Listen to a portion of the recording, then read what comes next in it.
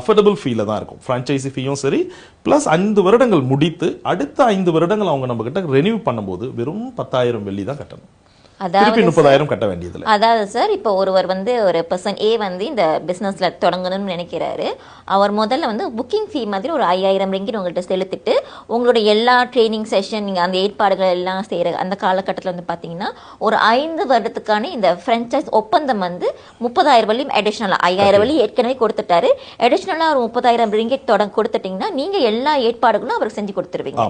இது வந்து பார்த்தீங்கன்னா அந்த இடத்துக்கான பணம் வராது. அந்த அந்த இடத்தை செட்டப் பண்றதுக்கான பணமும் வராது. செட்டப் பண்றது வந்து நான் ஏற்கனவே சொன்ன மாதிரி அவங்க எந்த இடத்துல செய்ய போறாங்க, இட் டிபெண்ட்ஸ். இப்போ ஒரு ஷாப் லாட்ல பண்ணும்போது அதனுடைய காஸ்டிங் வேற மாதிரி மாறும். வீட்டில் செய்ய போறாங்கன்னா அதனுடைய காஸ்டிங் வேற மாதிரி மாறும். ஆனால் இப்போ ஏற்கனவே நடத்திட்டு இருக்கவங்களுக்கு ஒண்ணுமே பெரிய காஸ்டிங் இருக்காது. ஏன்னா உங்களுக்கு இடம் எல்லாமே இருக்கு. வெறும் உங்க பிரான்ச்சைஸ் மட்டும் எடுத்துட்டு வெறும் அந்த கலர்ஸ் மட்டும் பெயிண்டிங்ஸ் அதெல்லாம் மாத்திடுவாங்க. நம்மளோட கரிக்குலம், யூனிஃபார்ம், லோகோ எல்லாமே நம்மளோட அந்த செட்டப் சொல்லிடுவோம். ஸோ 2 வகையான விஷயங்கள் இருக்கு. ஒன்று எங்களோட கான்ட்ராக்டர்ஸும் நம்ம அவங்களுக்கு சொல்லுவோம் ரெனோவேஷன் பண்றதுக்கு. அவங்க கிட்டே இருக்காங்க அப்படின்னும் போது அவங்க கிட்டே அவங்க சொந்த கான்ட்ராக்டர்ஸ் யூஸ் பண்ணி செஞ்சுக்கலாம். பட் நம்ம அந்த ஐடியாஸ் எல்லாம் கொடுத்துருவோம். அந்த கலர்ஸ் அதெல்லாம் பிரான்ச்சைஸ் என்னும்போது அதெல்லாமே அவங்க மெயின்டைன் பண்ணணும். ஏன்னு பார்த்தீங்கன்னா இப்போ அவங்களோட சொந்த கான்ட்ராக்டர் இப்போ தெரிஞ்சவங்க இருந்தாங்கன்னா அவங்க ஒரு ரெனோவேஷன் முடிச்சுன்னா ஒரு 3 மாதம் கழித்து செக் கொடுக்குறேன் அப்படின்னு சொல்லுவாங்க. இப்போ நம்ம கான்ட்ராக்டர்ஸ் இருக்கும்போது அவங்க அந்த மாதிரி செய்ய முடியாது. அதனால அதை நம்ம ஃபிளெக்சிபிளாக நம்ம அவங்க கிட்டே விட்டுறோம். அவங்களோட ஈஸி பேமெண்ட் மெத்தட் எப்படி அவங்க அந்த மாதிரி செய்து கொள்ளலாம். அதில் வர இன்னொரு ஃப்ரான்ச்சைஸ் பண்ணுறப்ப இன்னொரு நல்ல விஷயம் என்னன்னா, ஏற்கனவே வந்து பார்த்தீங்கன்னா நீங்கள் இந்த பிஸ்னஸில் வந்து ஓரளவுக்கு வந்து சக்ஸஸ்ஃபுல்லாக பண்ணிட்டு இருக்கீங்க. அப்போ உங்களுக்கான பெயர், தரம் எல்லாம் வந்து மக்கள் அறிந்த ஒரு விஷயம். அப்போ இன்னொரு இடத்துல வந்து பார்த்தீங்கன்னா உங்களுக்கு அதே பிராண்டில் அதே விஷயம் கீழே திறக்கிறப்ப வந்து பார்த்தீங்கன்னா நீங்கள் புதிதாக வந்து விளம்பரம் எதுவும் படுத்த தேவையில்லை. ஏன்னா ஏற்கனவே தான் அவங்க வந்து கடந்த 10 வருடங்களாக இருக்காங்களே இந்த லைனில். அப்போ வந்து இன்னும் சுலபமாக இருக்கும். அதனால வந்து பார்த்தீங்கன்னா ஃப்ரான்ச்சைஸ் வந்து ஓரளவுக்கு வந்து பார்த்தீங்கன்னா புதிதாக ஒரு பிஸ்னஸ் தொடங்குறத விட இது ஓரளவுக்கு வந்து பார்த்தீங்கன்னா ஒரு படி வந்து எளிதான ஒரு விஷயம் அப்படின்னு சொல்லாங்களா? கண்டிப்பா. சோ எல்லாமே அவங்களுக்கு தேவையான அத்தனை விஷயங்களையும் நம்மளோட எக்ஸ்பீரியன்ஸை ஃபுல்லாவே அவங்களுக்கு நம்ம ஷேர் பண்ண போறோம். அப்ப இத்தனை வருடத்தினுடைய உழைப்பை அவங்களுக்கு சேர்த்து நம்ம வந்து கொடுக்க போறோம். என்ன அதனுடைய டூஸ் அண்ட் டோன்ட்ஸ் எல்லாமே அவங்களுக்கு நம்ம சொல்லி கொடுத்துருவோம். எதை செய்யணும், அதாவது பிசினஸ்ல மட்டும் எதையெல்லாம் செய்ய வேண்டும் என்பதை விட எதையெல்லாம் செய்யக்கூடாது என்பதுதான் ரொம்ப முக்கியம். அதை அவங்களுக்கு நம்ம கரெக்டா கைட் பண்ணுவோம். ஓகேங்க டாக்டர். அடுத்ததான் வந்து பாத்தீங்கன்னா ஆசிரியர்கள் சில, ஏன்னா எல்லா இடத்துலையும் வந்து பார்த்தீங்கன்னா ஒருத்தர் வந்து நம்முடன் வந்து கடைசி வரை இணைந்திருப்பாங்க அப்படின்றதுக்கு நிச்சயம் கிடையாது. வந்து பாருங்களேன், அப்படி இருக்கும் பட்சத்தில் நீங்கள் வந்து ஒரு ஃப்ரான்ச்சைஸ் நீங்கள் தொடங்கி கொடுக்கும் பொழுது நீங்கள் ஆசிரியர்கள் அனைவரையும் வந்து பார்த்தீங்கன்னா ட்ரெயின் பண்ணியிருப்பீங்க.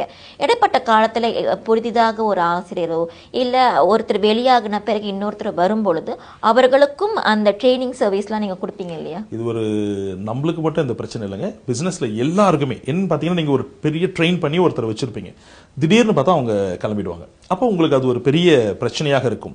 பட் எல்லாரும் அப்படி இருப்பாங்களா அப்படின்னா கிடையாது. அதனால தான் நம்ம ஒரு கான்ட்ராக்ட்லாம் வச்சிருப்போம். மினிமம் ஒரு டீச்சர் வந்து ஒரு 1 year 2 years நீங்க அங்கே ரீடைன் பண்ற மாதிரி இருக்கணும். அப்போ அந்த கான்ட்ராக்ட் இது பண்ணி அவங்க போற மாதிரி இருக்காது.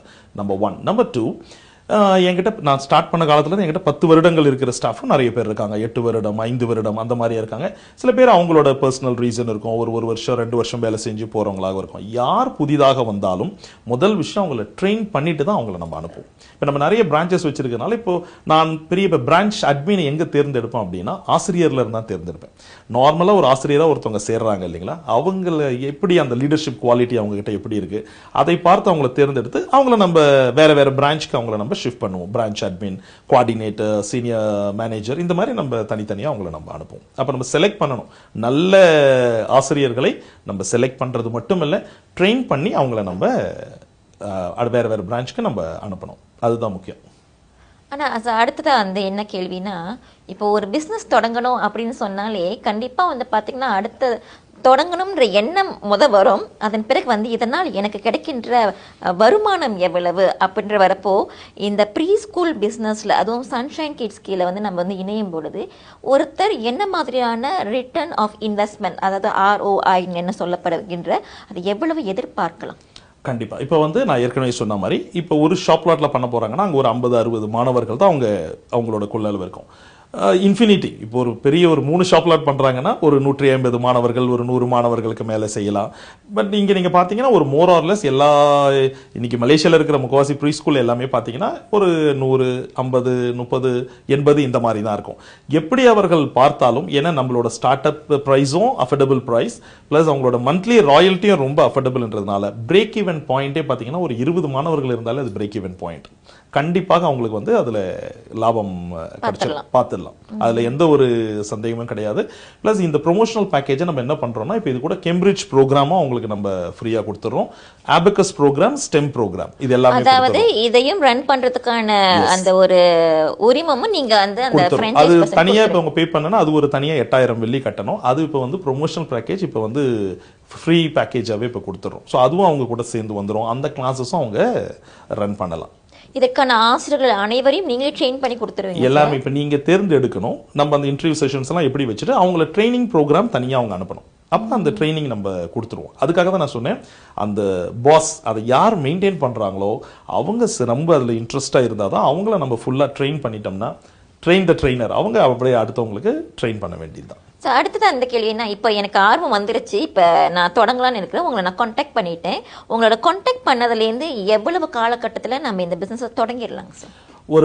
அதாவது நீங்க காண்டாக்ட் பண்ணிட்டீங்கன்னா அவங்க எவ்வளவு ஃபாஸ்டா செய்யறாங்களோ, இப்போ என்ன இடம் எல்லாம் எப்படி பார்க்கணும் அப்படின்னு சொல்லிட்டோம்னா ஒரு 2-3 வாரத்துல ரெனோவேஷன் பண்றதுக்கு மினிமம் ஒரு 2 to 3 months அவங்க டைம் வச்சுக்கணும். ஒரு மினிமம் 3 மாதம் அந்த ரெனோவேஷன் எல்லாமே சேர்த்து 3 மாதத்துல அவங்க ஸ்டார்ட் பண்ணிடலாம்.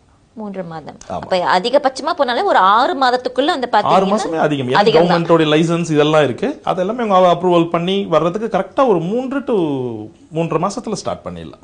ரொம்ப குறுகிய காலகட்டத்துல அந்த அளவுக்கு நீங்க வந்து பாத்தீங்க, நீங்களும் வந்து ஃபாஸ்டா வந்து ஆக்ட் பண்ணி அவங்களுக்கு வந்து புதுசா ஸ்டார்ட் பண்றவங்களுக்கு என்ன பிரச்சனை இருக்கும், போய் ஒவ்வொரு இதுவா போயிட்டு கவர்மெண்ட் செக்ஷன்ல இதை எப்படி செய்யணும் அதை கேட்டு செய்யறதுனால அது ரொம்ப அவங்களுக்கு பெரிய ஒரு லாங் ஸ்பேன் ஆஃப் டைம் ஆகும். ஆனா நீங்க அதெல்லாம் கைட் பண்ணிடும். இங்க நேரா இங்க போங்க, இது அவங்க என்னென்ன செய்யணும் ரொம்ப ஸ்பீடா அவங்க முடிச்சிடலாம். இந்த டைமே வந்து ரெனோவேஷனுக்காக தான்.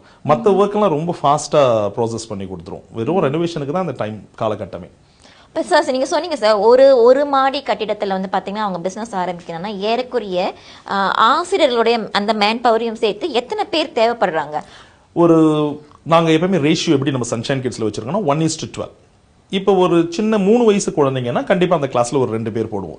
ஸ்டார்டிங் அவங்களுக்கு ஒரு 4 ஆசிரியர்கள் 5 ஆசிரியர்கள் இன்க்ளூடிங் அந்த பிரான்ச் மேனேஜரோட சேர்த்து இருந்தாலே போதுமானது. மாணவர்கள் இன்க்ரீஸ் ஆக ஆக இந்த ரேஷியோலயே நீங்க ஆசிரியர்களையும் இன்க்ரீஸ் பண்ணிக்கலாம். பிளஸ் நம்மளது எல்லாமே இப்போ ஒரு கிளீனர் இருக்காங்கன்னா குக், அவங்களுக்கு அந்த டைஃபாய்டு இன்ஜெக்ஷன் போட்டாங்களா, நான் ஏற்கனவே சொன்ன மாதிரி இந்த சேஃப்டி அதுதான் எல்லாவற்றிலும். Because we are not running அதாவது பெரிய பசங்களுக்குரிய காலேஜ் யூனிவர்சிட்டி நடத்தல, ரொம்ப சின்ன குழந்தைகள். அப்போ ஃபர்ஸ்ட் கம்ஸ் சேஃப்டி. அதுக்கப்புறம் தான் அவங்க என்ஜாய் பண்ணணும். Let them enjoy, learn, play and grow together. அந்த எங்களோட லோகோவே பார்த்தீங்கன்னா லேர்ன், என்லைட்டன் அண்ட் லீட், கற்று தெளிந்து கற்பி அப்படின்றது. அப்போ அதனால அந்த சேஃப்டி இது எல்லாமே ரொம்ப பார்த்துக்குவோம். நம்மளோட பிரான்ச்சஸ்லயும் இது எல்லாமே பிரான்ச்சைஸ்ல இருக்குதா அதுதான் முதல்ல நம்ம சொல்லி கொடுத்துருவோம். இன்ஸ்பெக்ஷன் போவீங்களா சார்? கண்டிப்பா. பிரான்ச்சைஸ் நம்ம எல்லா பிரான்ச்சுக்குமே நம்ம நார்மலா டெய்லி போவோம். நான் சில பிரான்ச்சுக்கு விசிட் போறேன்னா என்னோட ஒய்ஃப் போவாங்க, அகாடமிக் கோஆர்டினேட்டர்ஸ் இருக்காங்க, சீனியர் மேனேஜர் இருக்காங்க, பிசினஸ் டெவலப்மெண்ட் ஆஃபீஸர் இருக்காங்க. ஸோ கண்டிப்பா அந்த கண்காணிப்பு அதுதான் முக்கியம்.